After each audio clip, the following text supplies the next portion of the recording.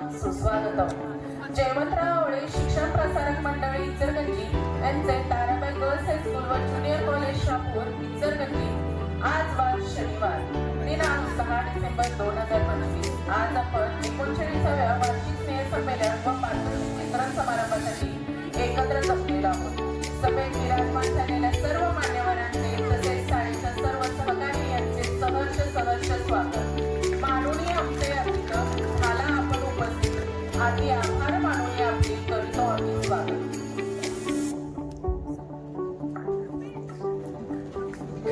सोनियाचा दिन उगवला दिवस सुंदर असा वेगळा. सोनियाचा दिन उगवला दिवस सुंदर असा वेगळा. मिळाले यश प्रयत्नांना आज आहे कौतुकाचा सोहळा. आज आजच्या कार्यक्रमाचे प्रास्ताविक करण्यासाठी मी वास्के मॅडम यांना आमंत्रित करते. नमस्कार. जयवंतराव प्रसारक मंडळाच्या ताराबाई गर्ल्स हायस्कूल व ज्युनियर कॉलेज शहापूर द्वारे आयोजित 39व्या वार्षिक क्रीडा पारितोषिक वितरण समारंभ कार्यक्रमासाठी उपस्थित असलेल्या आपल्या आदरणीय मुख्यातिथींना, मान्यवर पाहुणे, शिक्षक वृंद, उपस्थित पालकवर्ग आणि माझ्या प्रिय विद्यार्थी, आपल्या मुख्यातिथी उपस्थित प्रमुख पाहुणे व सर्व मान्यवरांचे शब्द सुमनाने स्वागत करण्यासाठी व स्वागत गीत गायन करण्यासाठी येत आहेत आमच्या प्रशालेच्या इयत्ता 10वीच्या विद्यार्थी.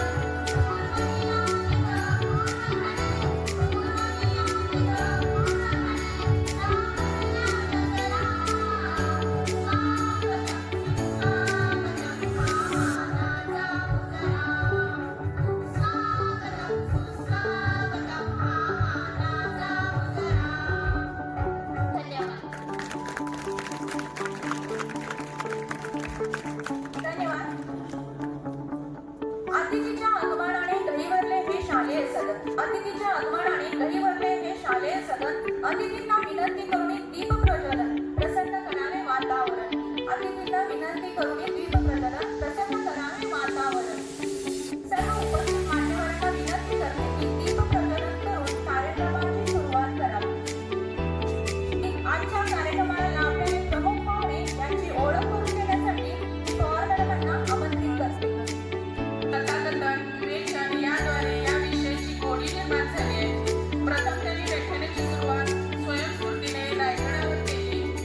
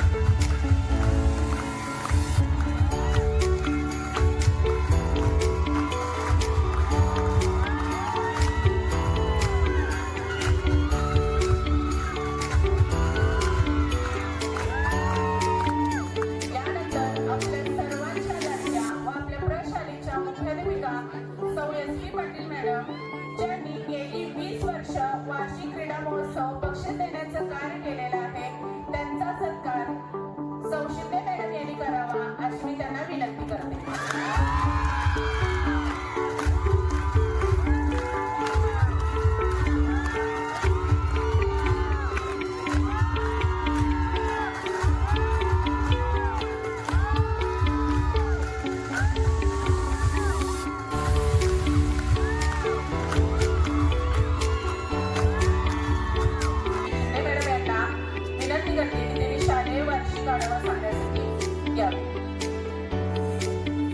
कर्मण्येवाधिकारस्ते महाफलेषु कदाचन या भगवद्गीतेतील महान संदेशापासून प्रेरणा घेऊन माजी खासदार माननीय श्री जयवंतरावजी आवळे साहेब, माननीय श्री संजयजी आवळेदादा या शिक्षण प्रेमाने 29 सप्टेंबर 1986 रोजी जयवंतराव आवळे शिक्षण प्रसारक मंडळ इचलकरंजी या शिक्षण संस्थेची मुहूर्तमेढ रोवली.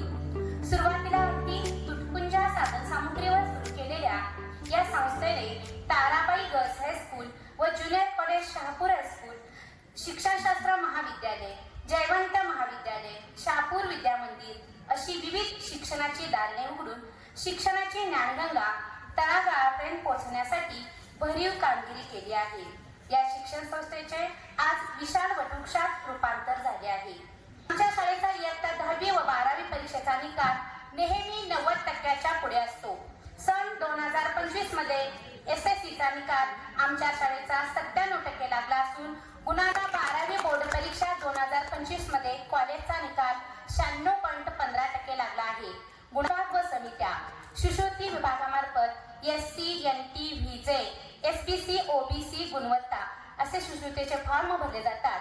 कोणताही विद्यार्थी किंवा विद्यार्थिनी योजनेतून वंचित राहू नये याची पूर्ण काळजी माननीय मुख्याध्यापिका सौ एस पाटील मॅडम घेत असतात.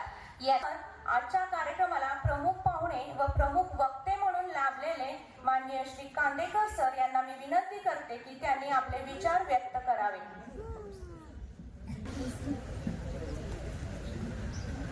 यदा यदा हि धर्मस्य ग्लानिर्भवति भारत अभ्युत्थानं धर्मस्य तदात्मानं सृजाम्यहम् परित्राणाय साधूनां विनाशाय दुष्कृतां धर्म संस्थापनार्थाय संभवामि युगे युगे.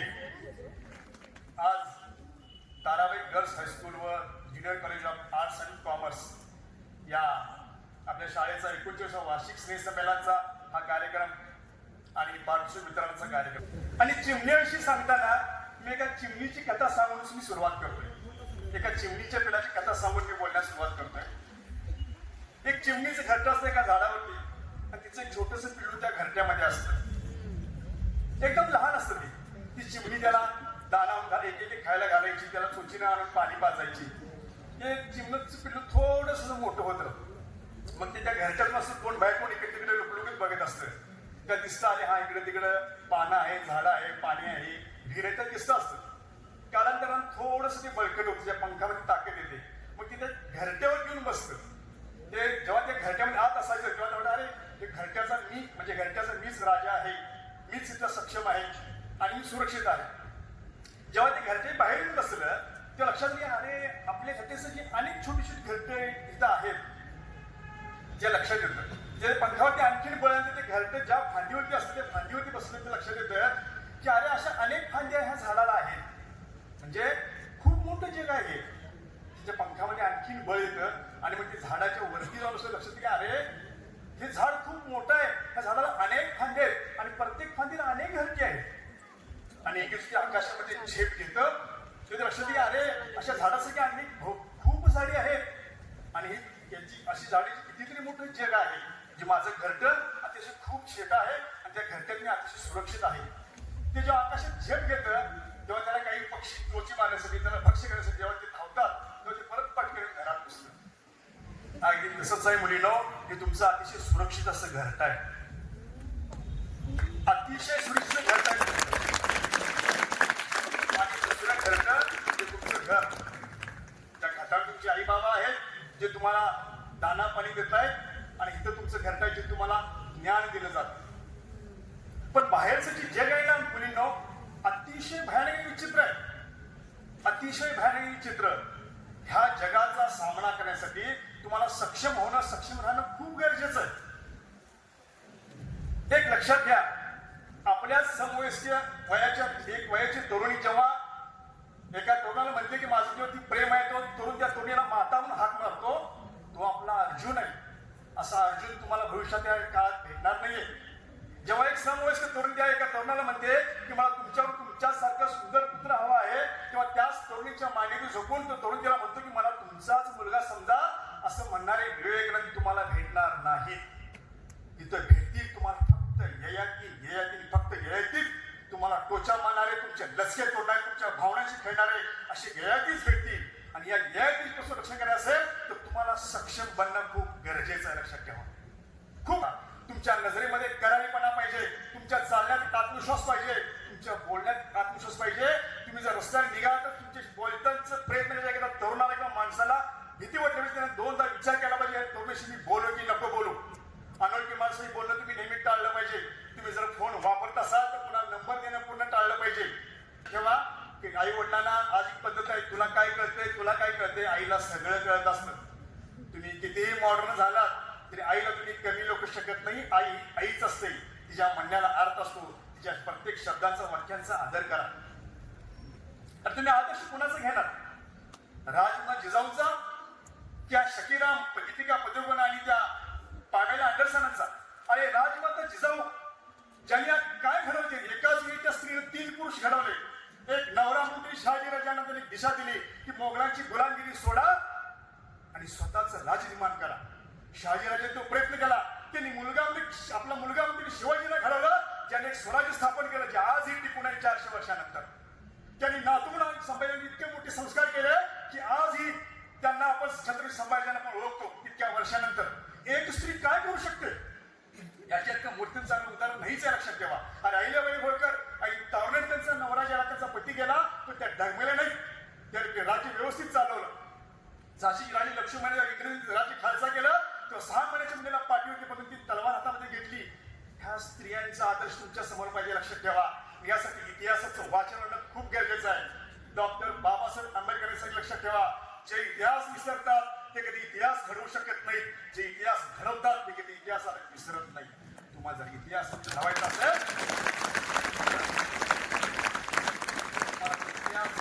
असेल तर इतिहास माहित असणं खूप गरजेचं आहे.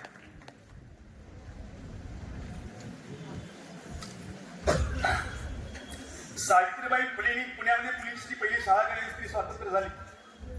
स्वातंत्र्य झाले स्वातंत्र्य स्वयराज्य फार मोठा फरक आहे. तो बऱ्याच जणांना कळत नाही स्वातंत्र्य म्हणजे काय आणि स्वयराज्य म्हणजे काय. स्वातंत्र्याचा अर्थ असा आहे, तुम्हाला तुमचं मत मांडण्याचा, तुम्हाला तुमचं म्हणणं सांगण्याचा तुम्हाला पूर्ण अधिकार आहे. तो प्रश्न तुम्ही मांडणीत केलेला आहे. पण ते करत असताना तुम्हाला तुमची जबाबदारी सांभाळून सगळं करायचं आहे. यासाठी सावित्रीबाई तुम्हाला प्रगल्भ केले. त्या सावित्रीबाईचा कधी अपमान होणार नाही याची काळजी तुम्हाला घ्यायची. लक्षात ठेवा.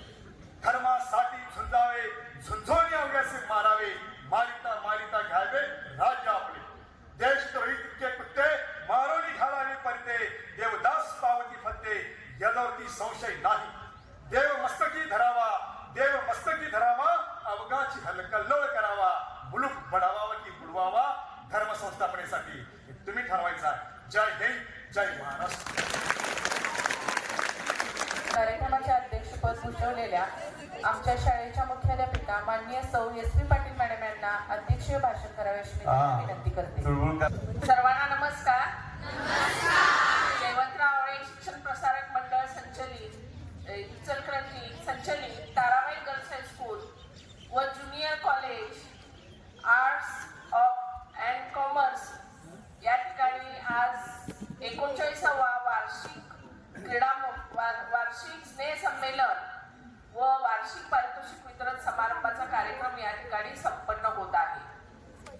या ठिकाणी या कार्यक्रमासाठी उपस्थित असणारे स्टेजवरील सर्व मान्यवर जे आहेत त्या मान्यवरांचं पहिल्यांदा मी स्वागत करते.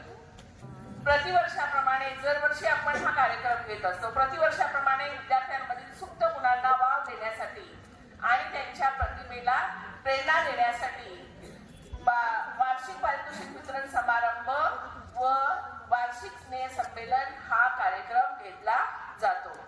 यातूनच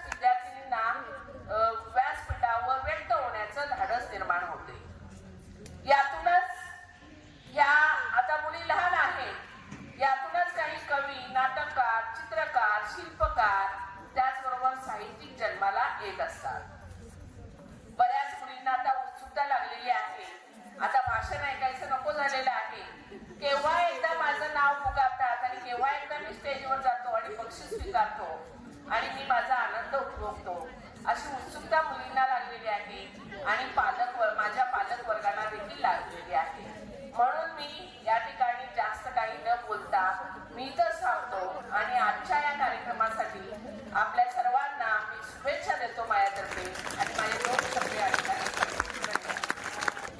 साहेब अत्यंत चांगल्या प्रकारे आपल्या व्यासंगी अशा आणि भारदस्त अशा शब्दातून आपण सगळ्यात जिवंत देखावा पण निर्माण केला. सुरुवातीला आपण मुलींच्यासाठी या ठिकाणी पौगंड अवस्थेमध्ये कसं राहावं वगैरे या गोष्टीचं तुम्ही मार्गदर्शन केलं. साहेब या ठिकाणी जाता या अनुषंगानं मला माहिती मिळालेच आहे, तर थोडासा मी पण लाभ घेतो.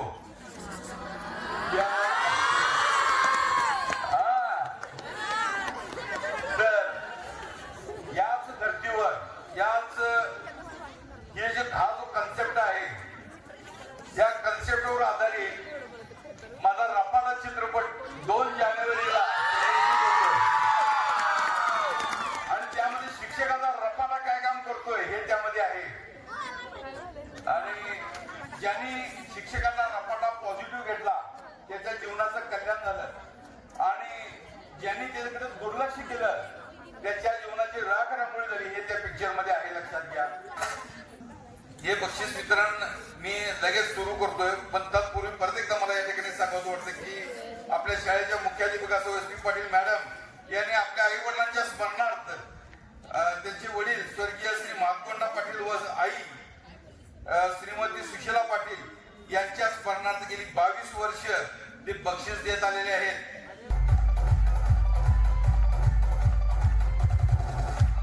उपविजेता संघ द्वितीय क्रमांक इयत्ता 8वी संघनायक ऐश्वर्या पुट्टी आणि इतर.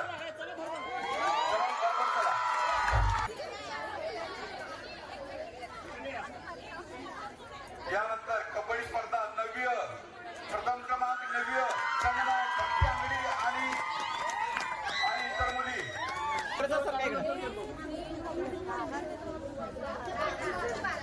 त्यानंतर कबड्डी स्पर्धा उपविजेता संघ द्वितीय क्रमांक संघनायक तसेली मुजावर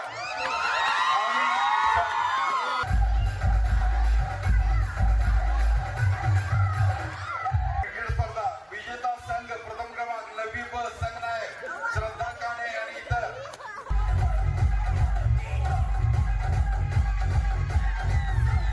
त्यानंतर क्रिकेट स्पर्धा द्वितीय क्रमांक उपविजेता संघ 8वी संघनायक श्रेया बन्ने.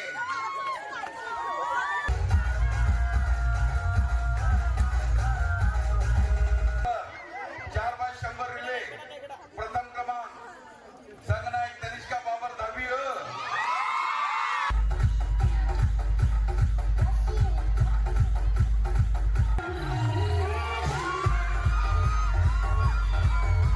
यानंतर संगीत स्पर्धा कॉलेज विभाग स्पर्धा विजेता प्रथम क्रमांक 11व्या संघनायक शिवानी 12%.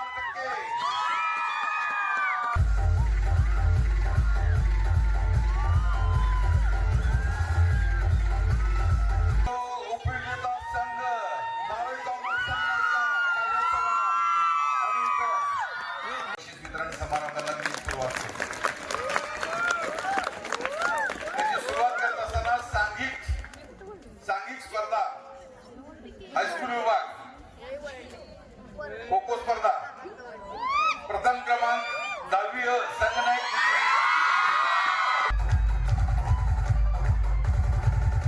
त्यानंतर उपविजेता संघ द्वितीय क्रमांक इयत्ता 8वी संघनायक ऐश्वर्या पुट्टी आणि इतर. यानंतर कबड्डी स्पर्धा 9वी प्रथम क्रमांक 9वी संघनायक भक्ती आंगडी आणि इतर मुली.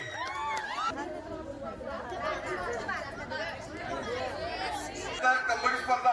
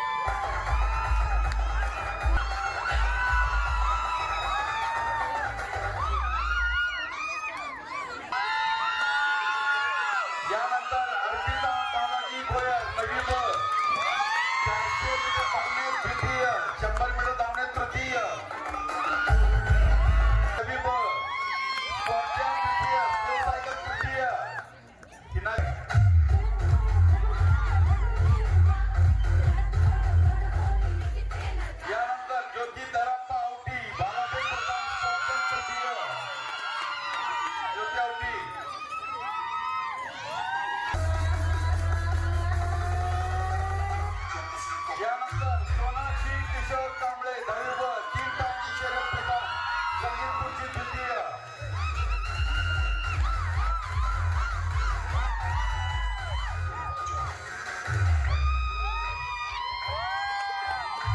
कुमारी स्नेहा गणेश मस्के इयत्ता 11वी. गोष्टी क्रमांक 85.